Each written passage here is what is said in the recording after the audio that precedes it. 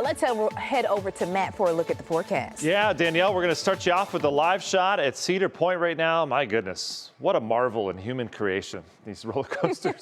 Just, look what we've done. All right. And human fear, too. Yeah, that's right.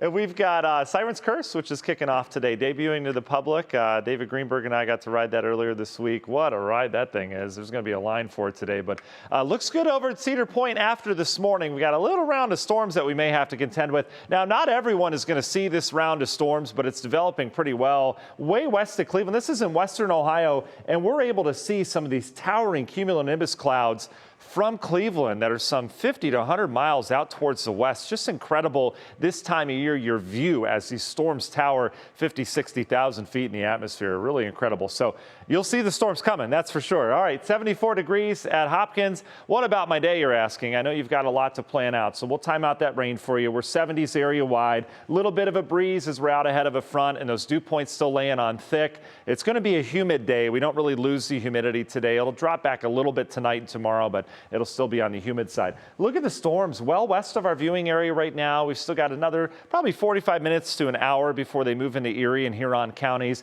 And there's not a lot going on radar, but you can see we've had development over the last half hour or so out in western Ohio. And I would expect that this trend will continue. This isn't going to be a huge blockbuster line of storms that comes through the area. These are just going to remain scattered, but will likely form a line out of this. And these would roll through much of northern Ohio. So just timing it out, we'd be in the western counties here, another hour or so, likely in the Cleveland area, 2.5 hours from now, and then out in our eastern areas. We'll see how it evolves.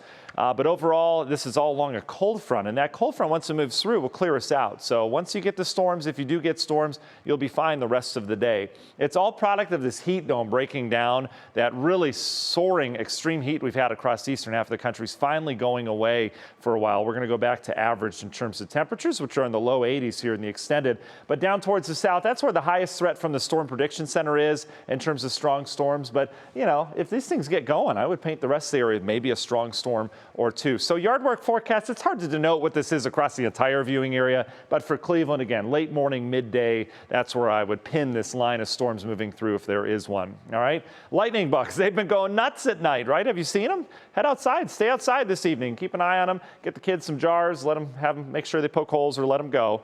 You know how that goes, but we'll be great for lightning bug catching tonight. So maybe make some plans to do that with the kids. 'Tis summer here in Northeast Ohio. All right, National Designer, an hour-by-hour forecast. Our model and most models, including your phone app, don't have those storms developing. Notice it doesn't have much, but I would paint storms moving from west to east. Notice how that trend continues, and then we clear out the rest of the day. And our Sunday looks good. We'll be dry, but it will be hot tomorrow. We're back to the heat, likely in the upper 80s for highs. Long Ranger forecast will dry us out on Sunday. We get another hit of rain and storms on Monday. That front is much stronger, and that front is going to bring in drier air next week. In terms of 4th of July, fireworks on the 3rd. A lot of places have that. We'll likely have some storms around, just isolated. And then the models have dried us up on 4th of July.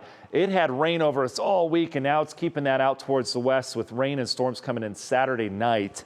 Overall, man, I got to keep rain in the forecast. So for 4th of July, I've had it 5 straight days. I can't take it out just like that. Overall, we're going to be dealing with lower humidity as we approach July 4th, which is typically not the case, right? Medina Country Club 10-day forecast. A lot of low 80s on there. I still have an ISO chance for a storm on Friday with other storms moving in Saturday night and Sunday. But we'll keep tabs on that forecast. Make sure you stay tuned. Well, let's hope those storms on Friday move out before the fireworks, right? I agree. It's always, you never know this time of year. So I know. Thanks, Matt.